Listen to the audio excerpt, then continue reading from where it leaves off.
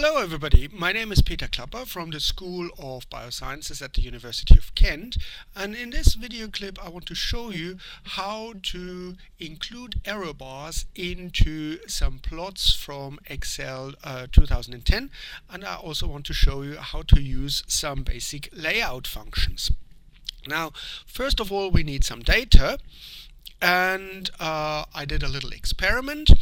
I grew some bacteria on agar plates under 3 different conditions, so condition 1, condition 2 and condition 3, and then I simply counted how many bugs I have on my plates, and I want to compare these 3 different conditions.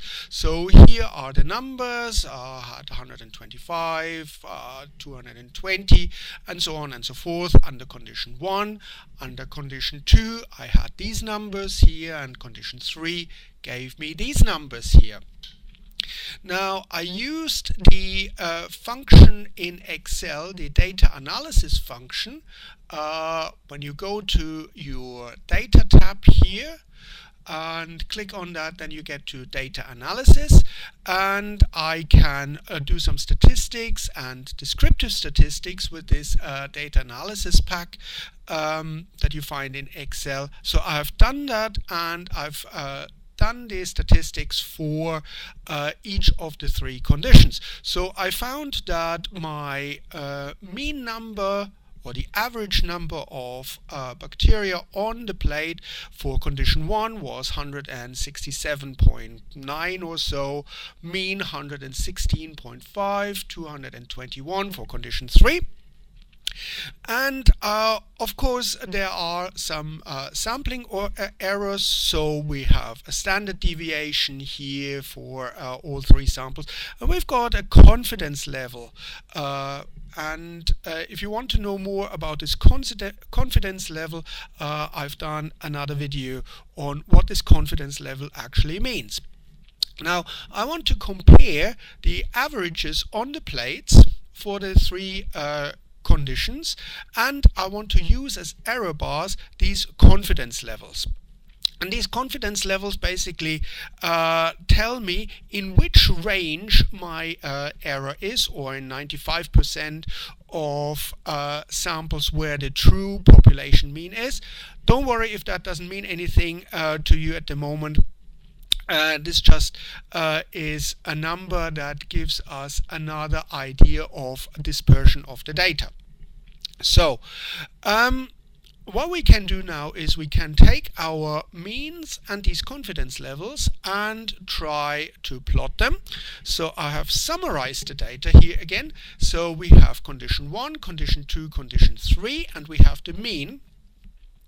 And I have taken these confidence levels here and repeated them. So for the upper confidence level we have 36.7 and so on. For the lower confidence level we have exactly the same numbers, and you will see what the effect of this is in terms of error bars. Now, let's just simply plot our data. First of all, we plot the data for the different conditions and the means, and we use these data here, the confidence levels, for our error bars. So highlight these conditions and the mean, go to insert, and we want to do a scatter plot in this case. Click on this one here, and we get a nice plot. So here we have the indication of the means for the 3 different conditions, and let's make this a little bit nicer. I don't need a legend here, and well, I can call this different growth under different conditions. Different conditions, something like that. Excel does a funny thing. It includes numbers here, but we don't want these numbers, so left click on it and then delete these numbers here. So we just delete them. So that's all good. And now let's put in some error bars for these means that we have got. And you find the error bar function under layout. So click on layout and go to error bars. Now you see some predefined functions for error bars, but none of them contains the confidence level here. So therefore we have to define our own error bars here. So go to more error bars options, and we come up with an additional window here, and we go to custom, and here we can specify our values. So click on this one here, and here it asks you for the positive error value. So this would be our positive confidence level, and all we need to do is just simply input this range here, and we do the same thing for our negative error. So here we do that for the negative confidence level, so that looks like this, and we just simply say okay. We can have a look at our conditions here. So we want both sides, and we want to have a cap which looks much nicer. So we've got this one here, and you see we've got vertical error bars. For one reason or the other, Excel also insists on horizontal error bars, but we can easily get rid of these. We just click on those. So we've got the horizontal error bars, and we just give it a fixed value of 0. So that means we don't need any horizontal error bars. And here we have our means with the confidence levels at the error bars. And all we need to do is give the axis here, the vertical axis, another name. So we go back to layout, and we go to axes, primary vertical axis, and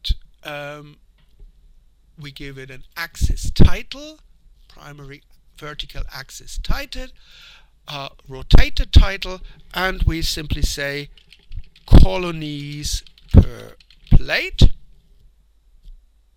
So this should change. So here we've got a nice title. I don't know whether we need these grid lines, so we can just simply click on them and delete them. So we've got something quite nice here that looks quite good. But obviously now we would need some kind of legend, and we can again use the layout function. So layout, and we can put a text box in. So here we can say, for example, condition 1, bring that a little bit closer. We can use another text box for condition 2. Condition 2 here, like this, and the third one for condition 3. And we have a really nice plot where we plot the means of our different conditions, and we use the confidence level as the error bars. Now we can use other measures of dispersion for error bars. We could have used the standard deviation, we could have used the standard error of the mean, we could use even a certain percentage that we have determined in our experiment, but I think the confidence level as the error bar is not a bad idea to use. And if you want to learn more about confidence levels, please have a look at the next video about this topic. I hope you found this useful, and happy plotting!